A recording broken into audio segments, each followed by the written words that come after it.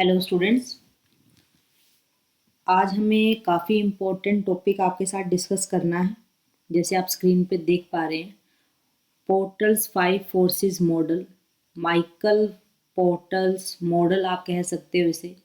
Competitive pressure के नाम से भी कई इसे बोलते हैं। अलग अलग काफ़ी ज़्यादा नाम हैं इसके टॉपिक के, और बहुत इम्पोर्टेंट टॉपिक है।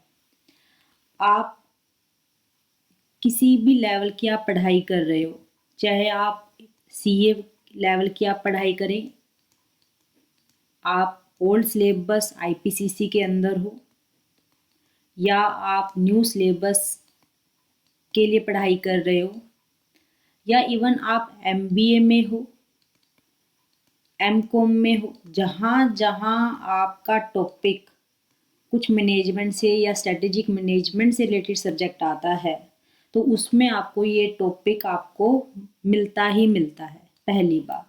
सेकंड, टॉपिक मिलने से नहीं है, टॉपिक की इम्पोर्टेंस बहुत ज़्यादा है।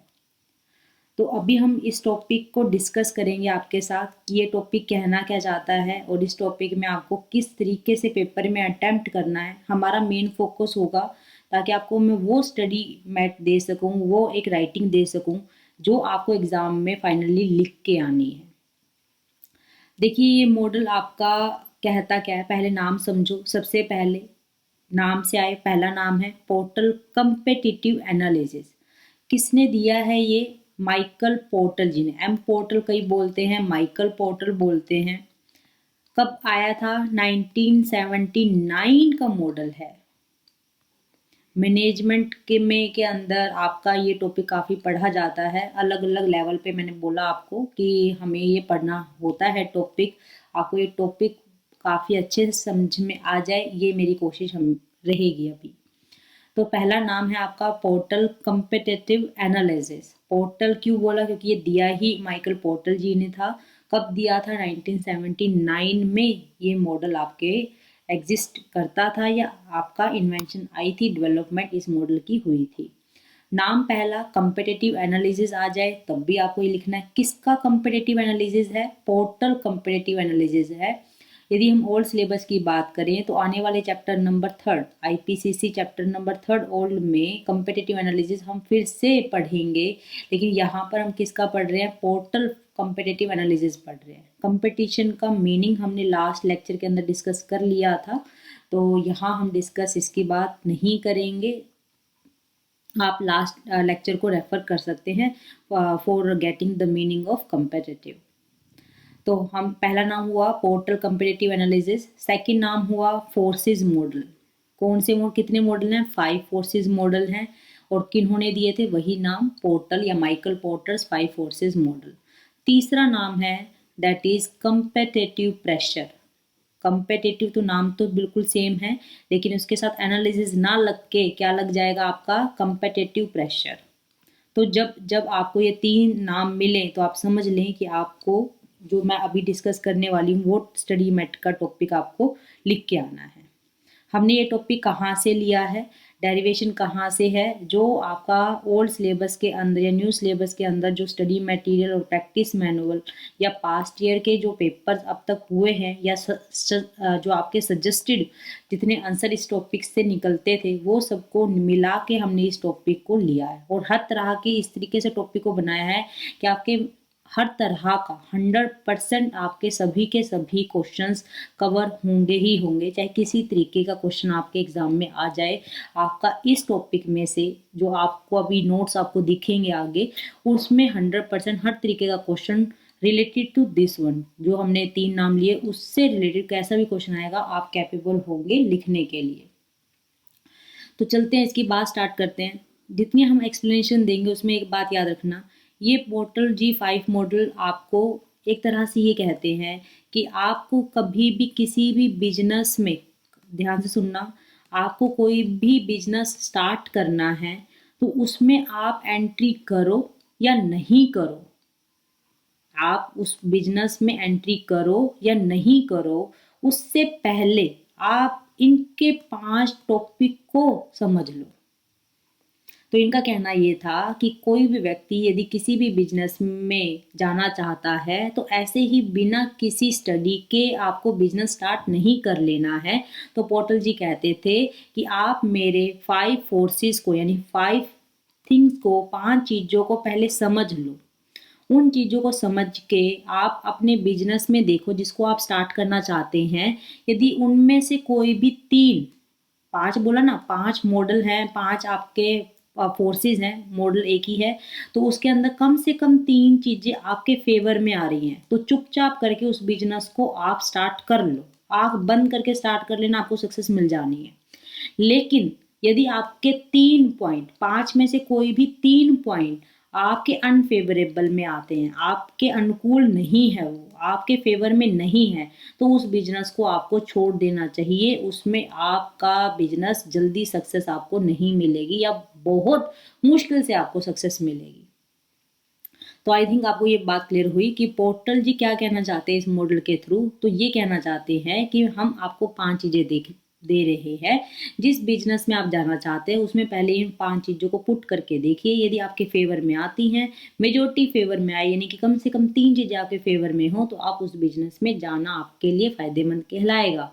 यदि उसमें से 3 चीज़ें आपके अनफेवरेबल है यानी कि मेजोरिटी के अंदर आपके अनुकूल वो बिजनेस नहीं है, तो वो हमेशा आपका क्या कहलाएगा, अनफेवरेबल कहलाएगा। तो ये तो हुई हमारी प्रैक्टिकल कंसर्न। लेकिन हमें तो फिर से एग्ज़ाम की बात करनी है, तो एग्ज़ाम से रिलेटेड मैं काम करूँगी आपका।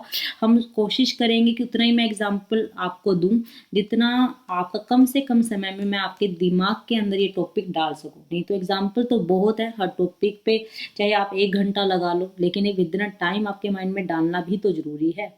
तो आई होप आपको क्लियर हुआ, पहले practical point of view clear हुआ कि हमें बिजनेस को स्टार्ट करते हुए इनको देखना जरूरी है। किसने बोला था, माइकल पोर्टल जी ने बोला था। सेकंड कहानी ये कहते हैं कि आप जब भी बिजनेस में चाहते हैं, जब भी बिजनेस को स्टार्ट करना चाहते हैं या बिजनेस आपका इवन स्टार्ट भी है, पहले से स्टार्ट है, उसके अंदर आप हमेशा इन्वायरमेंट की स्टडी करते रहते हो। करते हैं ना, बिल्कुल हम स्टडी करते हैं। इन्वायरमेंट में हम स्टडी करते हैं, उनके फैक्टर्स की स्टडी करते हैं। फैक्टर की क्या करते हैं, हम स्टडी करते हैं। और अपने कम्पिटिटिव इन्वायरमेंट की भी स्टडी करते हैं, यानी कंपटीशन की भी हम क्या करते हैं, स्टडी करते हैं। तो सामने वाला कहता है जब आप किसी भी बिजनेस में न्यू एंट्री आप डालना चाह रहे हो, फिर से वही बात, बिजनेस को आपने पहले स्टार्ट नहीं किया है तो भी देखो। दूसरा कहता है बिजनेस आप स्टार्ट करना चाहते हो, आपने चूज नहीं किया है कि कौन से बिजनेस में जाना है, तो आपको क्या देखना पड़ेगा, फिर सभी इन्वायरमेंट फैक्टर्स को देखना पड़ेगा, उसके कंपटीशन को देखना पड़ेगा, इवन उसकी इंडस्ट्री भी देखनी पड़ेगी। अब इंडस्ट्री का मीनिंग क्या है, यानी कि वही ग्रुप ऑफ द फर्म्स, यानी हर एक तरह के काम के जब सारी फर्मों को हम टोटल कर दें तो वो क्या कहलाती है, आपकी इंडस्ट्री कहलाती है। ये हमारा चैप्टर नंबर, फिर से 3 की बात हम करेंगे। चैप्टर नंबर 3 की कैटेगरी के हिसाब से आपको ये टॉपिक बहुत डिटेल के अंदर मिलेगा। किसके नाम हमारे बारे में बात करेंगे हम, इंडस्ट्री। तो इंडस्ट्री अभी मैंने शॉर्ट में बोला कि आपके ग्रुप ऑफ द फर्म्स आपकी इंडस्ट्री कहलाती है। एक तरह की जो भी इंडस्ट्री होगी, जैसे टेक्सटाइल है, टेक्सटाइल आपकी इंडस्ट्री कहलाती है, उसके अंदर सभी तरह के कपड़े का जो भी मैन्युफैक्चर वगैरह सब होता है सब इकट्ठा आ जाएगा, तो वो सभी फर्में कहलाएंगी। कोई छोटी फर्म है, कोई बड़ी फर्म है, लेकिन उनको किस नाम से बोला जाता है, इंडस्ट्री किस नाम से प्रेजेंट करती है उसको, टेक्सटाइल के नाम से।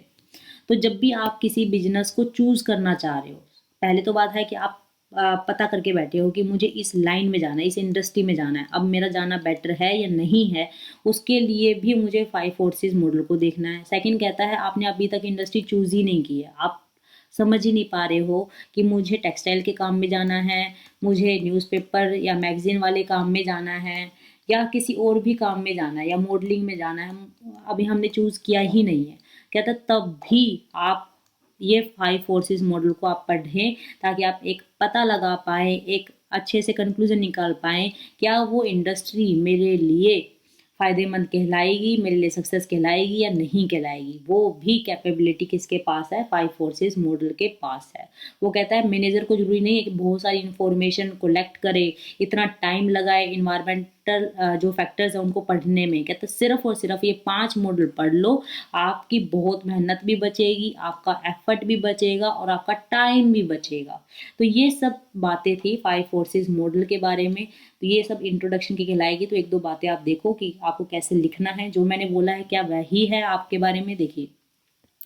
जो पोर्टल जी हैं उन्होंने एक डेवलप किया, क्या डेवलप किया, एक strategic element that mean 5 forces model, जो आपको अंडरस्टैंडिंग देता है किसके बारे में, कंपनी, इंडस्ट्री और कम्पिटिटिव इन्वायरमेंट के बारे में स्टडी करता है। दो चीज़ें, कंपनी की इंडस्ट्री कौन सी, जैसे अभी मैंने बोला कि इंडस्ट्री के बारे में, कौन सी इंडस्ट्री क्या आपको फ़ायदा पहुंचाएगी, कौन सी इंडस्ट्री आपको नुकसान दे सकती है, और कम्पिटिटिव इन्वायरमेंट उनका कैसा है उसके बारे में जो आपको अंडरस्टैंडिंग देता है वो कौन है, पोर्टल जी के 5 फोर्सेस मॉडल किन्होंने डेवलप किए थे, पोर्टल जी ने डेवलप किए थे। कब किए थे, 1979 में किए थे। ये बात क्लियर हो गई। सेकंड, 5 फोर्सेस मॉडल को जो आपका कम्पिटिटिव एनालिसिस है उसको आप कम्पिटिटिव प्रेशर के नाम से भी जानते हैं, ये बात हमने कर ली थी। ये सेकंड बुलेट पॉइंट आप लिख सकते हो, यहाँ पर जो लिखा हुआ है उसको ही पेपर में लिखाएं, आपका बहुत अच्छा अटेम्प्ट होगा। That is called the introduction के नाम से आप लिख सकते हो इस कैटेगरी को जो मैं अभी आपको दे रही हूँ। थर्ड लाइन आप जो डालेंगे, सबसे पहले क्या है, to gain a deep understanding, बहुत डीप अंडरस्टैंडिंग के लिए जो कंपनी इंडस्ट्री है या कम्पिटिटिव इन्वायरमेंट है, यदि मुझे इन दोनों की बहुत चाहिए, डीप में डेप्थ के अंदर मुझे स्टडी लेनी, किसकी, इंडस्ट्री की भी और उसका कंपटीशन इन्वायरमेंट की, तो मैनेजर्स को जरूरत नहीं है कि वो पहले सारी इंफॉर्मेशन को इकट्ठा करे, ना ही ये जरूरत है कि वो बहुत सारा टाइम वेस्ट करे। क्यों, क्योंकि हमारे पास कंक्लूजन में एक व्यक्ति ने हमारी मदद के लिए पहले से ही बहुत समय लगाकर एक मॉडल तैयार किया हुआ है। आपको अलग से तैयारी करने की जरूरत नहीं है, बहुत ज़्यादा टाइम लगाने की जरूरत नहीं है।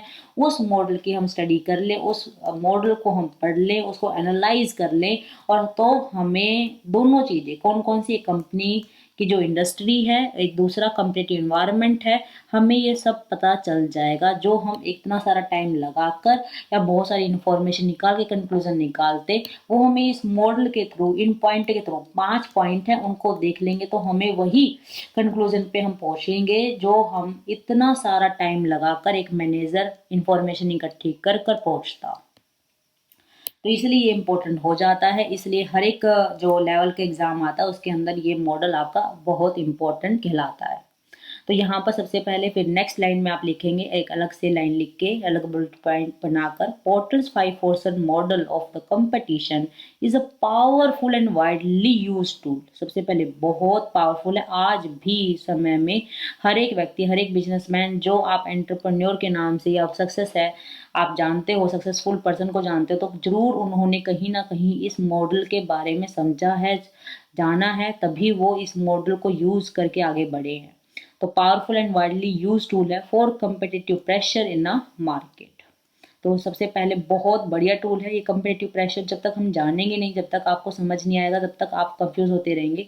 तो कम्पिटिटिव प्रेशर है कुछ नहीं, उन 5 चीजों का टोटल ही कम्पिटिटिव प्रेशर कहलाता है।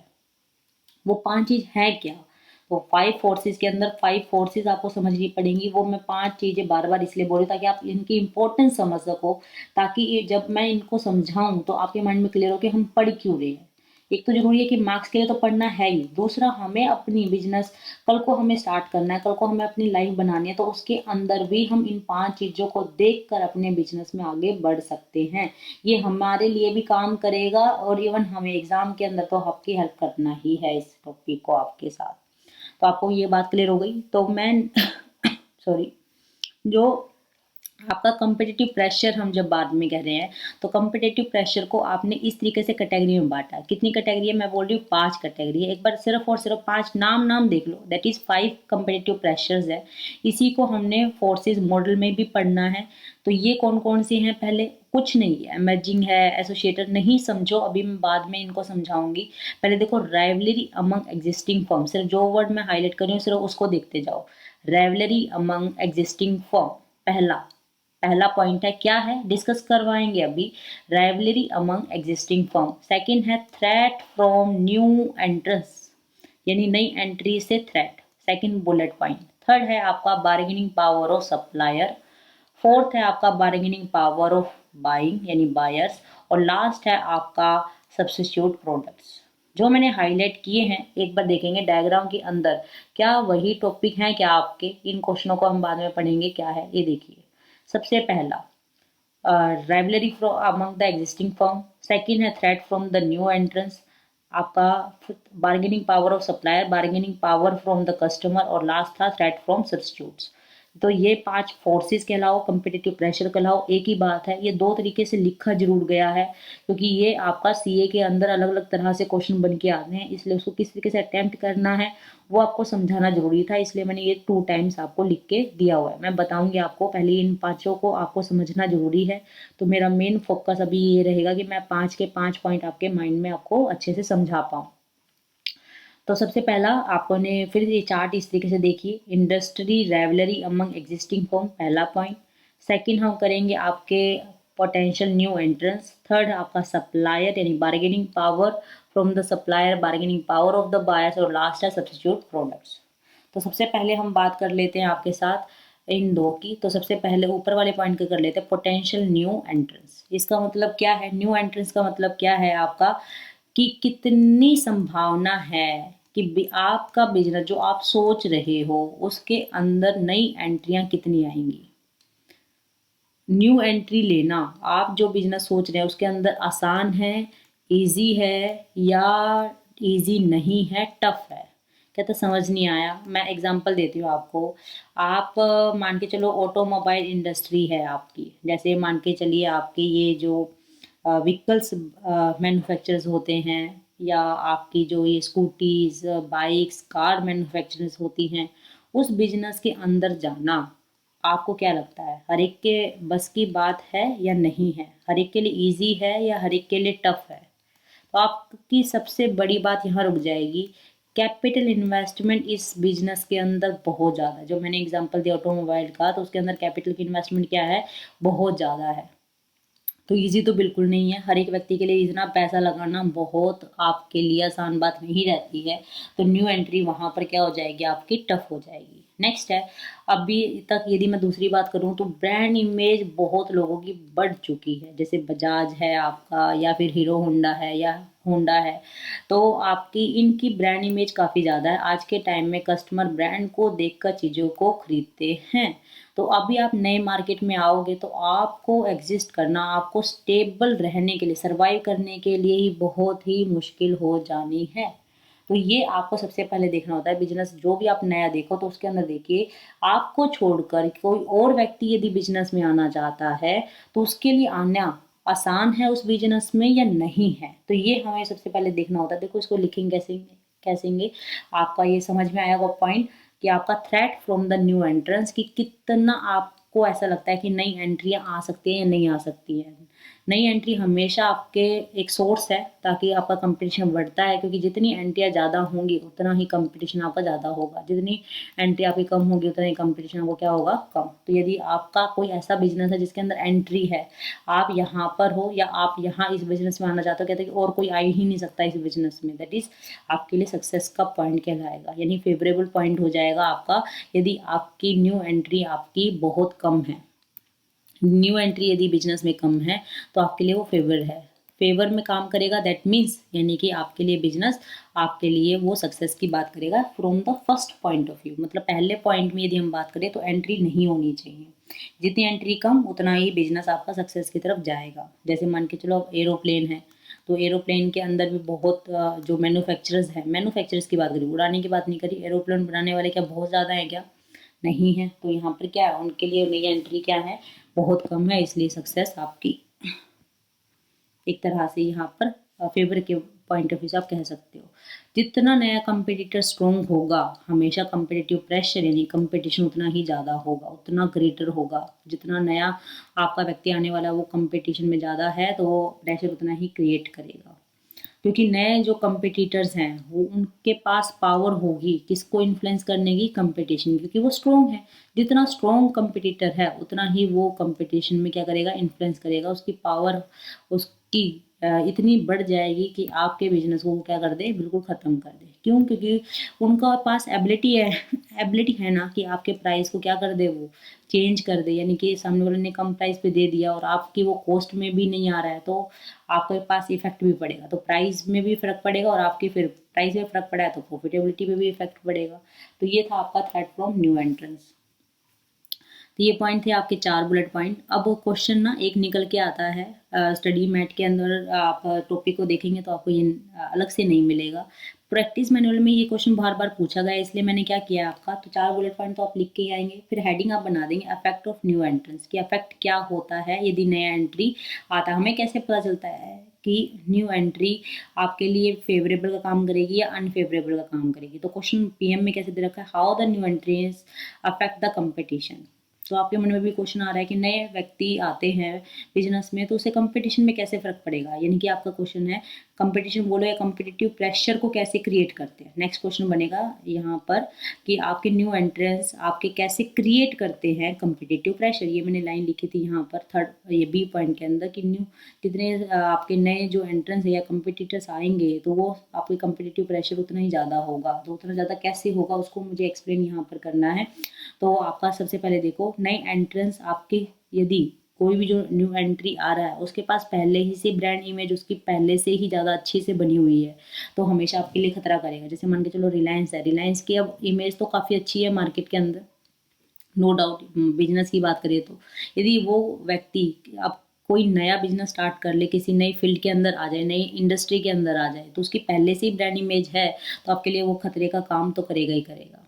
नेक्स्ट है उसके पास जो रेंज ऑफ प्रोडक्ट्स हैं वो बहुत ज़्यादा है, यानी कि वो एक प्रोडक्ट के साथ लेके नहीं आए हैं, बहुत सारे प्रोडक्ट्स लेके आए हैं वो मार्केट के अंदर, और प्रोडक्ट लेके आए लेकिन प्राइस भी लो है यदि उनका, और वो लेटेस्ट टेक्नोलॉजी को यूज़ करें। तो ये सब ऐसे फैक्टर्स हैं जिससे आपका अनफेवरेबल पॉइंट के अंदर वो कन्वर्ट हो जाएंगे। न्यू एंट्री यदि है बिजनेस में और आसानी से है लेकिन उनके पास ये सब फैक्टर्स हैं तो इसका मतलब क्या है कि आपके लिए वो मेन काम करेगा अनफेवरेबल का। इस तरीके से हमारे बिजनेस में जाने से पहले चेक करते हैं।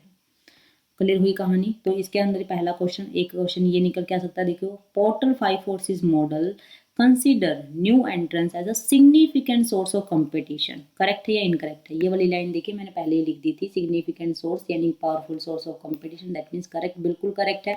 तो क्या करना है आपको, थ्रेड्स फ्रॉम न्यू एंट्रेंस, आपको A B C D 4 point, और ई का मतलब है अफेक्ट्स ऑफ न्यू एंट्रेंस को 5 के 5 ऐसे पॉइंटों को लिख के आ जाएंगे। ये आपका मैंने क्वेश्चन नहीं दिया है, ये आपका ICAI के प्रैक्टिस मैनुअल के अंदर क्वेश्चन दिया हुआ है। तो आप देखो कितना आसान हो जाएगा आपके लिए लिखना। आपको पहले से पता है, आप याद भी यही 5 पॉइंट करके आए हैं, क्वेश्चन आया आपने देखा सोर्स न्यू एंट्रेंस से रिलेटेड, आप 5 के 5 पॉइंट लिखा है, आपको पता भी नहीं था इसमें क्या लिखना है क्या नहीं, आप 5 पॉइंट लिखा है तो आपको पूरे मार्क्स मिल जाने हैं। तो ये हमारा हुआ फर्स्ट पॉइंट अच्छे से एक्सप्लेन। और नेक्स्ट पॉइंट पे चलते हैं हम, rivalry among the existing firms. अब rivalry among the existing firms का मतलब क्या है, जो पहले से ही काम में बिजनेस में हैं उनसे हमें कंपटीशन कितना है, उनसे हमें कितना खतरा है, उसको भी समझना जरूरी है। पहले हमने देख लिया नई व्यक्ति जो आ रहे हैं उनको पहले रोक दो कि जितने व्यक्ति आ रहे हैं ज़्यादा आ रहे हैं कम आ रहे हैं, यदि पहले तो बात उसी पर खत्म कर दो, ज़्यादा आ रहे हैं तो छोड़ दो भाई बिजनेस को, यदि कम आ रहे हैं तो फिर आगे सोचो। Rivalry among the existing firm, existing firms के अंदर यदि पहले से जो बिजनेस है उनके अंदर कितना कंपटीशन है। तो राइवल्स का मतलब ही क्या होता है, नोन एज कंपटीशन, पहली लाइन में लिखा। और कंपटीटर्स के पास इतनी एबिलिटी होती है, वही सेम लाइन की प्राइस अपनी कॉस्ट को जो प्रोडक्ट की और सर्विस है उसको क्या कर सके, वो इन्फ्लुएंस कर सके। ये तो बहुत सेम लाइन होगी, हमने इन्वायरमेंट के लास्ट वाले लेक्चर्स में बहुत बार बात कर ली है इसकी। सारी की सारी जितनी फर्म पहले से काम कर रही हैं वो हमेशा अपना बेस्ट देती है। बेस्ट किस में देती है कि उनका प्रोडक्ट सबसे बेस्ट वो बनाने की कोशिश करते हैं, प्राइस कम से कम सोचते हैं कि रखे ताकि कस्टमर सबसे ज़्यादा है वो अट्रैक्ट कर सके, कस्टमर को सर्विस देने का काम पे ध्यान देती है, वो एडवर्टाइजमेंट इस तरीके से करती है इन्फ्लुएंस ताकि कस्टमर को ज़्यादा से ज़्यादा किया जा सके। इन शॉर्ट यदि मैं बोलूँ तो जितने अभी तक बिजनेस में अंदर पहले से ही काम जितने फर्म्स कर रही हैं वो अपना बेस्ट देते ही देते हैं। तो क्वेश्चन उठता है कि हमें जो ये राइवल्स हैं किस तरीके से हमारे ऊपर प्रेशर क्रिएट करते हैं, कंपटीशन हमारे लिए कैसे बढ़ जाता है, अफेक्ट क्या होता है। तो फिर डिट्टो सेम वही 4 पॉइंट लिख के फिर लास्ट पॉइंट आपको लिखना है कि अफेक्ट्स क्या रहेगा राइवलरी फर्म्स का।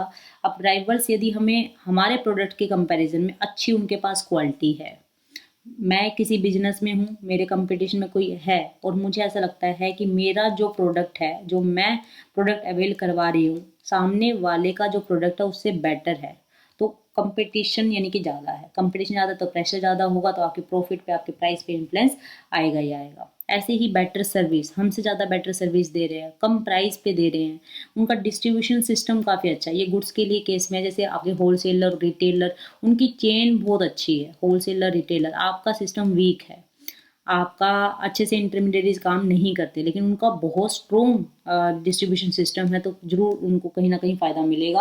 और उन टेक्नोलॉजी जो आपसे यूज़ कर रहे हैं वो बेहतर है। यहाँ पर हम कंपेयर करते हैं अपने आप को सामने वाले से, यानी सामने का मतलब एग्जिस्टिंग में सामने वाला और जो बिजनेस के अंदर लगे हुए हैं और हम जो उसी बिजनेस में लगे हुए हैं, दोनों कंपेयर करते हैं। क्या उनका प्रोडक्ट अच्छा है, क्या वो कम प्राइस दे रहे हैं, उनकी क्वालिटी कैसी है, तो डिस्ट्रीब्यूशन सिस्टम कैसा है, ये सब चीज़ें हमें अफेक्ट करेंगी। अब इनमें दोनों चीज़ें आ सकती है। यदि बेटर क्वालिटी नहीं है तो हम अच्छे हैं, यदि उनकी सर्विस अच्छी नहीं है तो हमारा अच्छा, यानी कि हमें उससे खतरा नहीं है। यदि उनका क्वालिटी अच्छी हो गई, उनकी सर्विस ज़्यादा हो गई, तो हमें क्या है, डेंजर है, खतरा है, यानी प्रेशर है। तो हमें डिपेंड करता है कि हमें प्रेशर क्रिएट होगा कंपटीशन का या नहीं होगा। Depend on our product, our product quality, our service, our price of the product और द सर्विस, ये सब चीज़ों पे इफेक्ट आता है। थर्ड चीज़ आपकी बार्गेनिंग पावर ऑफ कस्टमर्स, बहुत इंपॉर्टेंट, कि कस्टमर के हाथ में है। क्या पावर है कस्टमर के हाथ में? हम हमेशा बोलते हैं king of the market is known as customer. Customer ही मार्केट का किंग है, लेकिन हम यहाँ कहते हैं बार्गेनिंग पावर। बार्गेनिंग पावर का मतलब क्या है? कस्टमर के हाथ में इतनी ताकत है कि आपके प्राइस को वो चेंज करवा दे। आपने एक प्रोडक्ट दिया, आपने मार्केट के अंदर बोला ये 1000 रुपीज़ का है, लेकिन कस्टमर्स में इतनी पावर है, वो 1000 की जगह पर इसको 500 में, 100 में लेने की ताकत रखता है। तो ये कैसे हो सकता है? यदि ऐसा है, यानी कि कस्टमर्स आपके इतने इन्फ्लुएंस आपको कर सकते हैं, तो दैट मीन्स आपके बिजनेस के लिए वो फेवरेबल पॉइंट नहीं होता। दोबारा से बोलती हूँ, यदि आपकी बार्गेनिंग पावर आपके हाथ में ना होगे, कस्टमर के हाथ में है, आपके प्राइस को चेंज करने की पावर कस्टमर के हाथ में है, दैट मीन्स कि वो कभी भी आपको बिजनेस में फेवरेबल पॉइंट नहीं कहलाता है। कस्टमर नो डाउट मार्केट के अंदर डोमिनेटिंग पोजीशन में होते हैं, क्योंकि मैंने बोला हमेशा किंग ही होते हैं।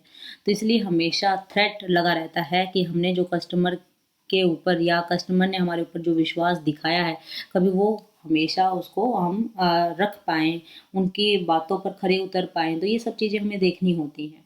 तो जब भी कभी भी नए एंट्रेंस आएंगे, या न्यू एंट्रेंस का मतलब हमारे कंपटीशन में कोई और व्यक्ति आ गया, या फिर हमारे प्रोडक्ट जैसा ही सब्स्टिट्यूट, सब्स्टिट्यूट का मतलब क्या है, in place of one another, हम कोई प्रोडक्ट यूज़ करते हैं, तो इससे कस्टमर की बार्गेनिंग पावर हमेशा इंक्रीज होती है। बार्गेनिंग पावर में सिर्फ ये नहीं कि हमारे प्राइस को वो चेंज कर पा रहा है, दूसरी बात ये भी है, हमसे सामान ना लेके किसी और व्यक्ति से वो सामान ले ले, उसको भी हम बार्गेनिंग पावर में कंसीडर करते हैं। कोई नया व्यक्ति आया, पहले मार्केट में सिर्फ आप थे, कोई और व्यक्ति भी आ गया, अब कस्टमर कुछ ना कुछ तो यहाँ पर ना रह के कहीं ना कहीं वहाँ चले जाएंगे। दैट मीन्स अब क्या हो गई, कस्टमर की बार्गेनिंग पावर जो है वो बढ़ गई। नेक्स्ट है, आप कोलगेट भी है मार्केट में, पेप्सोडेंट भी है, इतने सारे प्रोडक्ट्स हैं मार्केट में। अब यदि सब्स्टिट्यूट प्रोडक्ट हुए ना, ये एक यदि कोलगेट नहीं मिला तो पेप्सोडेंट से काम चला लेंगे। तो इसी तरीके से यदि सब्स्टिट्यूट प्रोडक्ट होता ही नहीं, तो बार्गेनिंग पावर कस्टमर की कम हो जाती है, आपका ही प्रोडक्ट वो खरीदता। इसी तरीके से फिर D point affects of bargaining power में क्या करेंगे, या फिर नेक्स्ट क्वेश्चन बन सकता है, how the customer has bargaining power. आपको कैसे पता चलता है कि बार्गेनिंग पावर कस्टमर की है? जैसे मैंने अभी बोल रही थी, सिर्फ प्राइस में चेंज करने से नहीं होगा, सब्स्टिट्यूट प्रोडक्ट है या नए एंट्रीज हैं, तब भी बार्गेनिंग पावर पे इन्फ्लुएंस पड़ता है। तो हमने कुछ पॉइंट लिखे हैं, देखिए। यदि बायर्स आपके प्रोडक्ट के बहुत ज़्यादा हैं, तो हाथ किस में होगा, आपका पावर किस में होगी, बायर्स के पास। आप एक जगह पर सिर्फ 3 कस्टमर्स हैं और एक जगह पर आपके 3 लाख कस्टमर्स हैं, तो 3 लाख कस्टमर्स हैं, तो इसका मतलब क्या है, यानी कि आपके बायर्स बहुत ज़्यादा हैं, तो उनके पास पावर बढ़ जाती है कि आपके प्रोडक्ट के प्राइस को चेंज कर पाएँ। नेक्स्ट है, यदि मान के चलो 3 लाख कस्टमर हैं या 300 कस्टमर हैं, सबने मिल के बोला कि हम आपसे प्रोडक्ट, आपका 1000 रुपये का प्रोडक्ट था, कहता है सामने वाला कि आपको 500 रुपये में देना पड़ेगा, लेकिन हम 300 के 300 जो कस्टमर है आपसे ही सामान खरीदेंगे। तो कोई भी व्यक्ति हुआ जहाँ 3 व्यक्ति को 3000 रुपये ले रहा था, अब 300 आएंगे, तो सामने वाला उस प्राइस को क्या करेगा, कोशिश करेगा चेंज करने की। तो व्हेन बायर्स में form cartel to influence price और क्वालिटी, इसका मतलब बायर्स क्वालिटी के लिए या प्राइस के लिए एक कार्टेल बना ले। कार्टेल हमने लास्ट लेक्चर में डिस्कस कर चुके हैं कि क्या है, एक ओलिगो आपका एक जब ग्रुप बना लें व्यक्ति और सब मिलकर अपने कंपटीशन को ख़त्म करने के लिए, यहाँ पर क्या है, बायर्स कंपटीशन में तो नहीं है, एक तरह से आप ग्रुप बना लिया और एक बात पे वो डिसाइड कर ले कि हमें यही प्राइस चाहिए या इस तरह की क्वालिटी चाहिए, तो जरूर आपको फर्म को अपना डिसीजन चेंज करना पड़ेगा रिगार्डिंग प्राइस एंड क्वालिटी। यदि वॉल्यूम एक ही कस्टमर है, लेकिन वॉल्यूम ऑफ परचेज आपका ज़्यादा बढ़ा लेता है, यानी कि एक ही कस्टमर है, सामने सामने वाला सिर्फ 10 टन माल खरीदता था, अभी वो कहता है कि मुझे 10 लाख टन चाहिए। तो सोचिए कि ये परचेज और वॉल्यूम बढ़ गई तो प्राइस हमेशा वो चेंज होगा ही होगा। नेक्स्ट है सब्स्टिट्यूट प्रोडक्ट मार्केट में आ जाता है, या डिफरेंशिएटेड प्रोडक्ट आपका मार्केट में आ जाता है, तो वो भी बार्गेनिंग पावर पर इन्फ्लुएंस होगा ही होगा। कब नहीं होगा, इनका उल्टा कर दो, जब लार्ज नंबर ऑफ बायर्स ना हो, वॉल्यूम ऑफ परचेज ना हो, बायर्स जब कार्टेल ना फॉर्म करें, कोई भी मार्केट में सब्स्टिट्यूट प्रोडक्ट ना हो, वॉल्यूम ऑफ परचेज बहुत कम हो, तो कभी भी bargaining power of customer create नहीं होगी। तो दोनों में आ सकता है। देखो how the customer create a गया, तो यानी कि आपको ये मोर इस तरीके से लिखना है। जब ये अगर रिड्यूस आ जाए क्वेश्चन, तो रिड्यूस में क्या लिखेंगे, number of power, number of buyers आपके क्या है, कम है। तो इस तरीके से आपको ये क्वेश्चन बनाना है। आई होप आपको ये अच्छे से क्लियर हुआ। मैंने टॉपिक पे थोड़ा सा ज़्यादा ध्यान दिया है ताकि आपके माइंड में मैं डाल सकूं कि ये टॉपिक कहना क्या चाहता है। नेक्स्ट टॉपिक है आपका बार्गेनिंग पावर ऑफ सप्लायर्स। तो इसके बारे में भी बात कर लेते हैं, एक बार छोटी सी हल्की सी बात करेंगे। सप्लायर्स हमने पहले लेक्चर्स में कर रखा है, पार्ट आपको 6 के अंदर मिलेगा, ये पार्ट 6 के अंदर आपको सप्लायर मिलेगा, तो वहाँ से आप देख सकते हैं। तो सप्लायर क्या कहता है, आपका कौन होता है जो रॉ मटेरियल प्रोवाइड करे, है ना। तो ये भी आपको सप्लायर की भी बार्गेनिंग पावर देखनी होती है। बार्गेनिंग पावर सप्लायर की आपके प्रोडक्ट पे, आपके कॉस्ट पे इन्फ्लुएंस करता है। क्यों करता है, कैसे करता है। यदि मान के चलो वही सप्लायर आपके कम है, सप्लायर कौन, जिससे आप रॉ मटेरियल खरीदते हैं, यदि वो बहुत कम है, तो बार्गेनिंग पावर किसकी ज़्यादा है, किसके हाथ में है प्राइस को सेट करना, सप्लायर के हाथ में। क्योंकि पता है जब सिर्फ 2 या 3 सप्लायर है मार्केट में आपको रॉ मटेरियल देने वाले, तो आपको उनके अकॉर्डिंग प्राइस पर ही अपना प्रोडक्ट खरीदना पड़ेगा। आप अपना प्राइस उनसे आप सेट नहीं कर सकते। तो ये आपको समझना है, क्योंकि बिजनेस को यदि लिमिटेड इन नंबर है सप्लायर, तो आपको एक्सेप्ट करना पड़ेगा उनकी terms and condition. Page number 28 में बिल्कुल ये तीनों वर्ड दे रखे हैं। जिसके पास भी ये नोट्स हैं तो वो एक बार रेफर कर सकते हैं, और जिनके पास नोट्स नहीं है वो पार्ट नंबर 6 देख सकते हैं, आपको समझ में आ जाएगा। नेक्स्ट है how suppliers has bargaining power. तो सेम, नंबर ऑफ सप्लायर्स आपके ज़्यादा हैं तो क्या होगा, सप्लायर्स यदि ज़्यादा हैं तो आपका बार्गेनिंग पावर सप्लायर के पास नहीं रहेगी। यदि लो वॉल्यूम परचेज है तब भी नहीं रहेगी। यदि our competitors are large in number, इसका मतलब क्या है, सप्लायर के लिए बायर बहुत ज़्यादा है, तो बार्गेनिंग पावर उनके पास नहीं रहेगी। तो वही है, इंक्रीज और डिक्रीज दोनों आ सकते हैं। तो इंक्रीज डिक्रीज में मोर को, इस लो को और इस लार्ज को चेंज कर देना, उल्टा कर देना, आपके दोनों तरह के आंसर बन जाने हैं। एक बार पढ़ लेंगे आराम से क्लियर हो जाएगा आपको ये। तो आप कह सकते हो सप्लायर के पास बहुत बड़ा चांस है, बहुत बड़ा आपके पास एक पावर रहती है सप्लायर के पास, ताकि वो मार्केट को भी क्या कर सकते हैं, इन्फ्लुएंस कर सकते हैं। लास्ट पॉइंट है थ्रेड फ्रॉम सब्स्टिट्यूट। इजी है, सब्स्टिट्यूट का मीनिंग पहले देना है कि जब एक वस्तु की जगह पर दूसरी वस्तु को हम यूज़ कर पाए, गुड को यूज़ कर पाए, तो वो कहलाता है सब्स्टिट्यूट गुड्स। जैसे आप मैंने एग्जांपल दिया, आप कोलगेट की जगह पेप्सोडेंट यूज़ कर सकते हो, दैट इज सब्स्टिट्यूट प्रोडक्ट आपका कहलाता है। टी की जगह कॉफ़ी यूज़ कर सकते हैं, तो ये सब्स्टिट्यूट गुड्स है। यदि आप मान के चलो टी आप सेल कर रहे हो, तो सब्स्टिट्यूट है आपका कॉफ़ी। कॉफ़ी बहुत अच्छे प्राइस पे आ रही है, टी से सस्ते आ रही है, तो हर एक व्यक्ति जो सामने वाला यदि उसकी क्वालिटी भी अच्छी है, सॉरी, उसका प्राइस भी अच्छा है, तो वो कम्पिटिटिव प्रेशर हमेशा क्रिएट करेगा ही करेगा। तो इन शॉर्ट यदि मैं बोलूँ, थ्रेड्स फ्रॉम सब्स्टिट्यूट का मतलब क्या है, यदि हमसे मिलता जुलता कोई प्रोडक्ट है जो कस्टमर उसकी जगह पर, हमारे प्रोडक्ट की जगह पर दूसरे का कोई यूज़ करके अपनी डिमांड को पूरा कर सकते हैं, तो हमें देखना पड़ेगा इस सब्स्टिट्यूट प्रोडक्ट की क्वालिटी क्या है, क्या उसका प्राइस कम है, क्या वो लेटेस्ट टेक्नोलॉजी को यूज़ कर रहा है, क्या उसका आपका जो ऑफर कर रहे हैं वो सर्विस दे रहे हैं वो ज़्यादा अच्छी हैं। तो ये सब चीज़ें इन्फ्लुएंस करेंगी। तो आप बी पॉइंट में देखिए, कम्पिटिटिव प्रेशर भी क्रिएट कर सकती है वो। तो देखिए पढ़ लेते हैं एक बार। If substitute goods are offering a better price, यदि आपका कोई उससे मिलता जुलता प्रोडक्ट अच्छे प्राइस पे आ रहा है, अच्छी सर्विसेज दे रहा है, किसको दे रहा है, कस्टमर को दे रहा है, तो हमेशा कम्पिटिटिव करेक्टर्स को इंडस्ट्री के हमेशा इन्फ्लुएंस करेगा ही करेगा। तो सी पॉइंट कि सब्स्टिट्यूट गुड्स पे थ्रेट कैसे अराइज होता है, ये क्वेश्चन बहुत इंपॉर्टेंट है भाई, जो मैंने डी या सी पॉइंट में दे रखा है, इनको प्लीज़ कर जाएंगे आप। स्पेशली सीए के स्टूडेंट्स को तो करके जाना ही जाना है, जो आईपीसीसी के हैं, क्योंकि उनका लास्ट अटेम्प्ट है मई के अंदर। सब्स्टिट्यूट गुड्स आपके यदि इजी है यूज़ करने, आपके कंपैरिजन में बहुत आसान है यूज़ करना।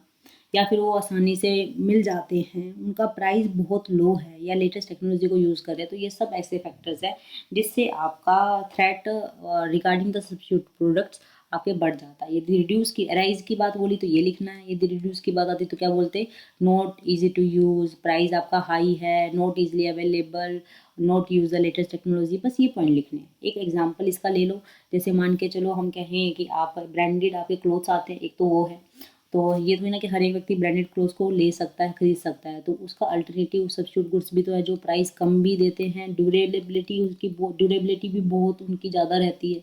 तो जो पॉलिस्टर क्लोथ्स हैं उनकी ड्यूरेबिलिटी भी ज़्यादा है, प्राइस भी उनका कम है, तो एक्सपेंसिव कॉटन क्लोथ्स की जगह पर हम इनको भी एक तरह से अल्टरनेटिव में यूज़ करते हैं। तो ये थे आपके पॉइंट 5 के 5 फोर्सेस मॉडल। अभी हमने आपके साथ 5 पॉइंट किए हैं, एक बारी हम फिर से एक बार समझ लें आपके साथ 5 पॉइंटों को। पहला था आपका threat from the new entrance, कि न्यू एंट्री आपके बिजनेस में ज़्यादा है या कम है। तो फेवरेबल कब होगा, जब नई एंट्री आपके पास ज़्यादा ना आ पाए आपके बिजनेस में, तब आपके लिए फेवरेबल सिचुएशन कहलाएगी।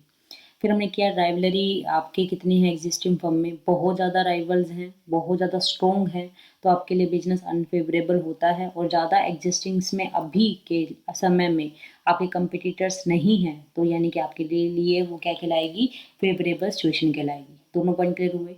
थ्रेट्स आपके क्लियर हो गया, एंट्रेंस का, राइवलरी क्लियर हो गया। थर्ड था आपका bargaining power of the suppliers. अब सप्लायर्स आपके बहुत गिने चुने हैं मार्केट में, 2 या 3 हैं, तो इसका मतलब पावर किसके हाथ में हो गई, सप्लायर में के हाथ में। यदि बहुत ज़्यादा सप्लायर हैं, आप उनको छोड़ के किसी और से ले लोगे, तो यानी कि आपकी बार्गेनिंग पावर सप्लायर्स की क्या हो जाएगी, कम हो जाएगी। इसी तरीके से बायर्स बहुत कम हैं, तो यानी के लिए आपके लिए फेवरेबल की सिचुएशन नहीं है। यदि बायर्स बहुत ज़्यादा हैं बिजनेस के अंदर, जो बिजनेस में आप जाना चाह रहे हो या इच्छा रख रहे हो, जिसके बिजनेस के बारे में आप सोच रहे हो, उसके अंदर बायर बहुत कम है, तो इसका मतलब क्या है, वो अनफेवरेबल की सिचुएशन है। और यदि आपके बायर बहुत ज़्यादा हैं, तो इसका मतलब फेवरेबल की सिचुएशन है। नेक्स्ट है सब्स्टिट्यूट प्रोडक्ट्स। सब्स्टिट्यूट प्रोडक्ट्स यानी कि बिजनेस के अंदर जो उसमें आप जाने की सोच रहे हो, उसमें सब्स्टिट्यूट प्रोडक्ट है ही नहीं, या है तो बहुत लो है, बहुत कम है, उनके अल्टरनेटिव ऑप्शंस आपके गुड्स के बहुत कम हैं, तो यानी कि आपके लिए वो फेवरेबल सिचुएशन है। और सब्स्टिट्यूट प्रोडक्ट बहुत ज़्यादा है, आपका जो प्रोडक्ट आप बना रहे हो उसके पहले से सब्स्टिट्यूट प्रोडक्ट बहुत अवेलेबल है मार्केट के अंदर, तो आपके लिए वो क्या कहलाएगी, अनफेवरेबल सिचुएशन कहलाएगी। तो इस तरीके से ये 5 पॉइंट थे जिससे आप बिजनेस में डिसाइड कर सकते हो कि इस बिजनेस में कम से कम 3 सिचुएशन आपके फेवर में आए तो आप बिजनेस में जाना चाहिए, और 3 बिजनेस के लिए अनफेवरेबल की सिचुएशन हो तो उस बिजनेस में नहीं जाना चाहिए। ये किसके मॉडल हैं, पोर्टल जी ने मॉडल के तरीके से बोला था कि आप किस तरीके से बिजनेस को सिलेक्ट कर सकते हैं, डिसाइड कर सकते हैं। वो हमें इन 5 मॉडल में 5 फोर्सेस को, 5 मॉडल नहीं 5 फोर्सेस में आप देख कर समझ सकते हैं कि बिजनेस में एंट्री करनी चाहिए या नहीं करनी चाहिए। तो एक बारी हम जो हमने बीच में छोड़े थे टॉपिक, एक बार उनको देख लेते हैं। सबसे पहले हमने इंट्रोडक्शन उसके साथ स्टार्ट किया, आपके साथ इंट्रोडक्शन में 4-5 पॉइंट किए, और वो हमने बहुत अच्छे से आपके साथ डिस्कस कर लिए हैं, और आपको आई थिंक आपको बहुत अच्छे से वो समझ में भी आ चुके हैं। तो पोर्टल कब आए, क्या था उनका नाम, दूसरा इंडस्ट्री और कम्पिटिटिव इन्वायरमेंट की स्टडी हमें डिटेल में करने की जरूरत नहीं है, हम 5 मॉडल को समझ लेंगे तो हमारा टॉपिक बहुत अच्छे से हमें क्लियर हो जाना है। फिर हमने एक टॉपिक आपके साथ क्वेश्चंस के अंदर आना था आपका, वो था आपका कम्पिटिटिव प्रेशर का, जिसके अंदर मैंने 5 नाम बोले थे आपको, और ये कहा था कि हम इसको डिटेल में थोड़ा सा डिस्कस बाद में करेंगे, तो चलिए जान लेते हैं। तो क्या क्वेश्चन था कि कम्पिटिटिव प्रेशर बताइए। नाम तो 5 हैं, एक्सप्लेन भी यही करना है, बस लिखने का तरीका है कि आपको स्टार्टिंग में कम्पिटिटिव प्रेशर हर एक वर्ड के साथ डालना है कि कम्पिटिटिव प्रेशर किससे आया, निकल के किससे आया, राइवलरी से, किसके साथ जुड़ा हुआ है, नई एंट्री से क्या प्रेशर जुड़ा हुआ है, फिर से आप सप्लायर के साथ क्या आपका कम्पिटिटिव प्रेशर जुड़ा हुआ है, बायर के साथ क्या कम्पिटिटिव प्रेशर जुड़ा हुआ है, और सब्स्टिट्यूट प्रोडक्ट से क्या प्रेशर आपको मिलता है। ये 5 चीज़ें कब आएगा, डिफाइन द कम्पिटिटिव प्रेशर। तो जब ये कम्पिटिटिव प्रेशर के नाम से आ जाए तो पहले आपको ये 5 वर्डिंग एक तरह से बुलेट पॉइंट में जब आप लिखते हैं ना, नाम लिखते हैं 1 2 3, उन नाम के साथ में ना ये लाइन आपको पेपर में लिख के आनी है। ये बस कहने की इच्छा थी, इसलिए मैंने ये 5 नाम अलग से लिखे। एंड देन फिर आपको दिखेगा कि मैंने एक चार्ट भी बनाया, एंड देन फिर एक डायग्राम बनाया जो आपको लिंक दिखाता है कि किससे क्या चीज़ें इन्फ्लुएंस में जा रही है, सबके एरो किस साइड में जा रहे हैं, मेजर में ये देखिए एक ही साइड जा रहे हैं एग्जिस्टिंग फर्म, क्योंकि बायर, सप्लायर, सब्स्टिट्यूट या जो नई एंट्री आएंगी वो सबके सब ज़्यादा इन्फ्लुएंस किसको करता है, राइवलरी से सबसे ज़्यादा इन्फ्लुएंस होता है। तो मेजर पार्ट हमेशा फर्स्ट वन रहता है। आप ये कह सकते हो 5 फोर्सेज मॉडल में से सबसे खतरनाक सिचुएशन किससे होगी, तो ये किससे होगी, राइवलर फ्रॉम द एग्जिस्टिंग फर्म से होगी, ये कहना चाहते हैं। इसलिए एरो हर जगह चारों के चारों पॉइंट आपके साइड में है और बीच में राइवलरी को हमने लिया है। आपको भी पेपर में यही बनाना है, अपनी मर्जी से कोई भी पॉइंट कहीं पर भी नहीं लिख सकते हो। नेक्स्ट आपके पास ये हमने पहला पेज आपके साथ अच्छे से डिस्कस किया, सेकंड पेज में मैंने अभी आपको हल्का हल्का थोड़ा डिस्कस किया। अभी चलते हैं, एक क्वेश्चन और है कि आपका जो कंपटीशन आपने देखा कि आपको कैसे समझ में आया, to identify and determine the competition in the industry. आपको 3 स्टेप फॉलो करने हैं। कंपटीशन, ये क्वेश्चन निकल के आता है, अभी प्रैक्टिस मैनुअल में क्वेश्चन दे रखा है कि इंडस्ट्री में आपको कंपटीशन को आइडेंटिफाई करना है, तो आप कैसे करोगे। तो मैं कहूँगी 3 स्टेप्स हैं।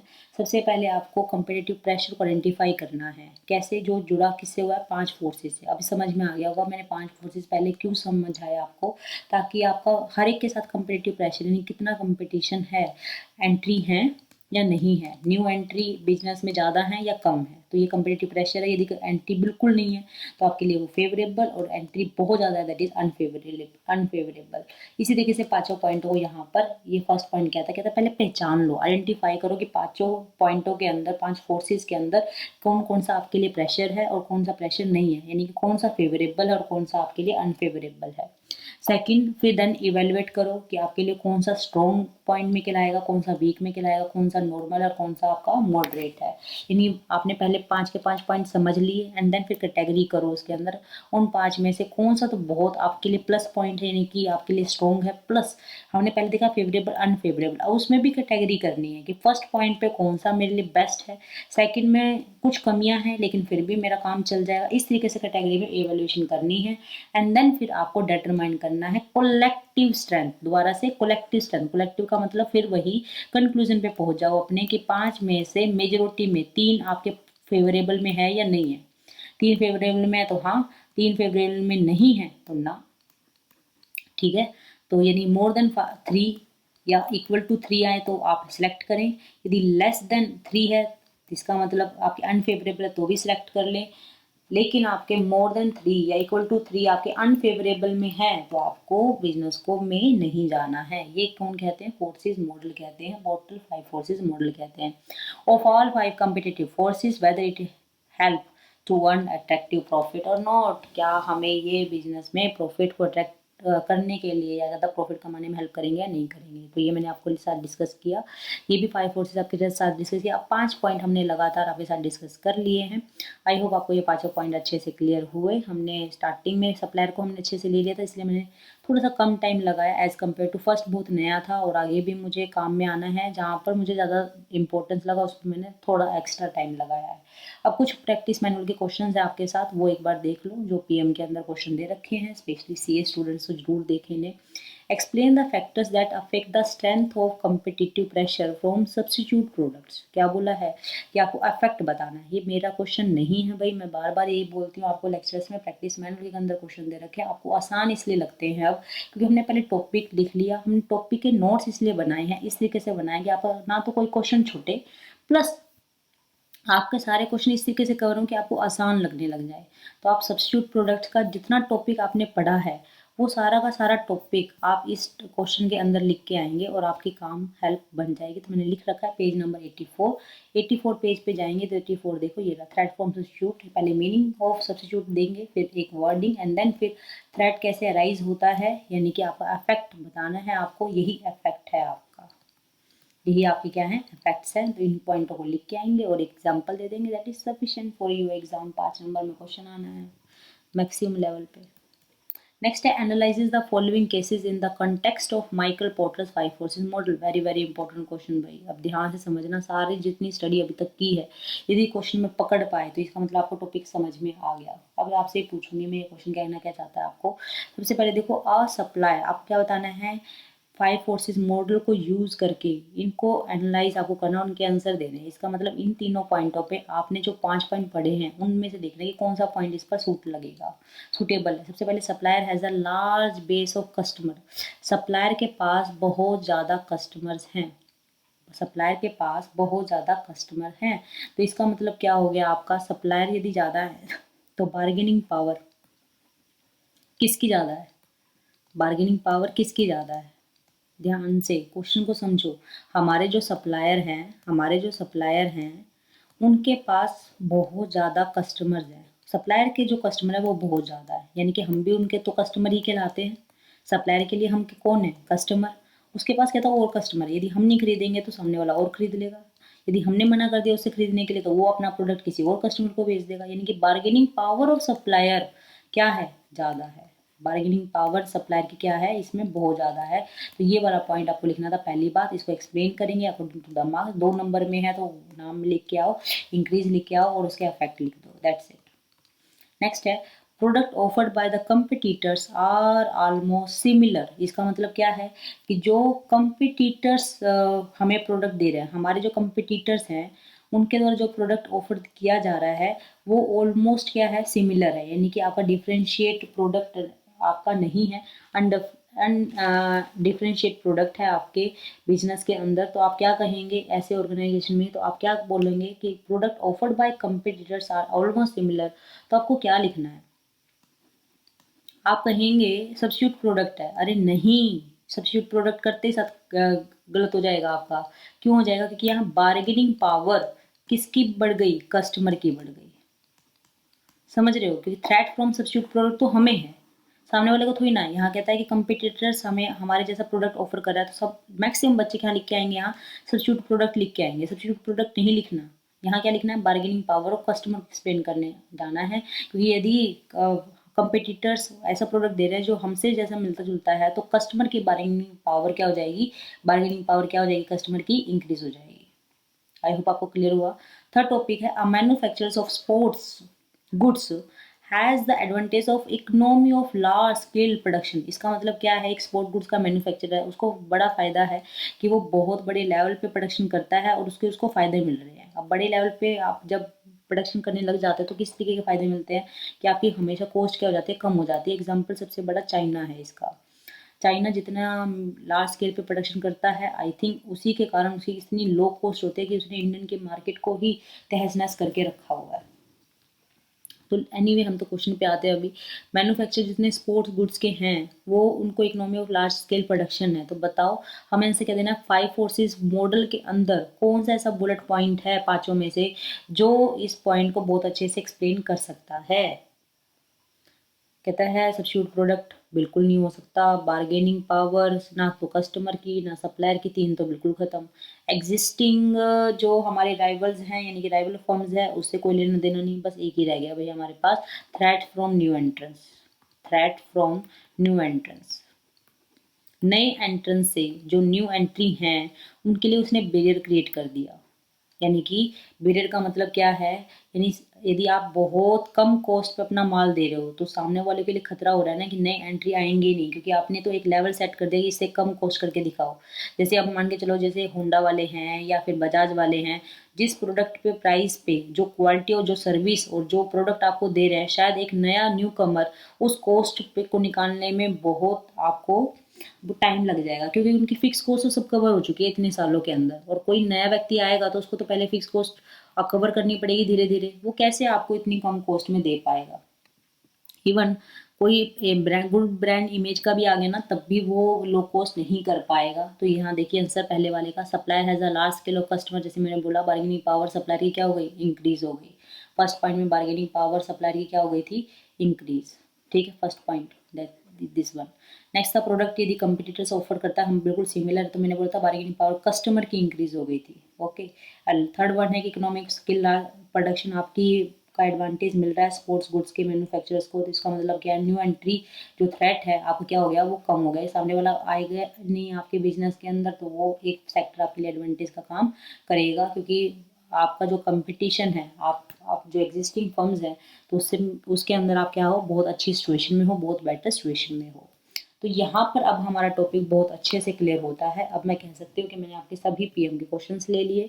आपको 5 फोर्सेस मॉडल मैंने 5 के 5 पॉइंटों में लिखना क्या है पेपर के अंदर, कितना कैसे प्रेजेंट करेंगे, कितना पॉइंट सफिशिएंट है और कब कौन कौन सा क्वेश्चन मैक्सिमम लेवल पे आ सकता है, वो सब हमने डिस्कस किए। एक क्वेश्चन आपको कि हाँ भाई डायग्राम बना के आना है, बिल्कुल एक चार्ट बना के आएंगे, वो भी पॉसिबल है। और 5 के 5 पॉइंटों को लिखने के 2 तरीके, या तो सीधा नाम लिख दो या कम्पिटिटिव प्रेशर के नाम से लिख दो। कम्पिटिटिव प्रेशर का क्वेश्चन आया तो इस तरीके से एमर्जिंग एसोसिएटेड के नाम से competitive pressure associated with threat from new interest, ये लाइन लगा के 3 वर्ड उसके साथ अपने नाम लिख देंगे।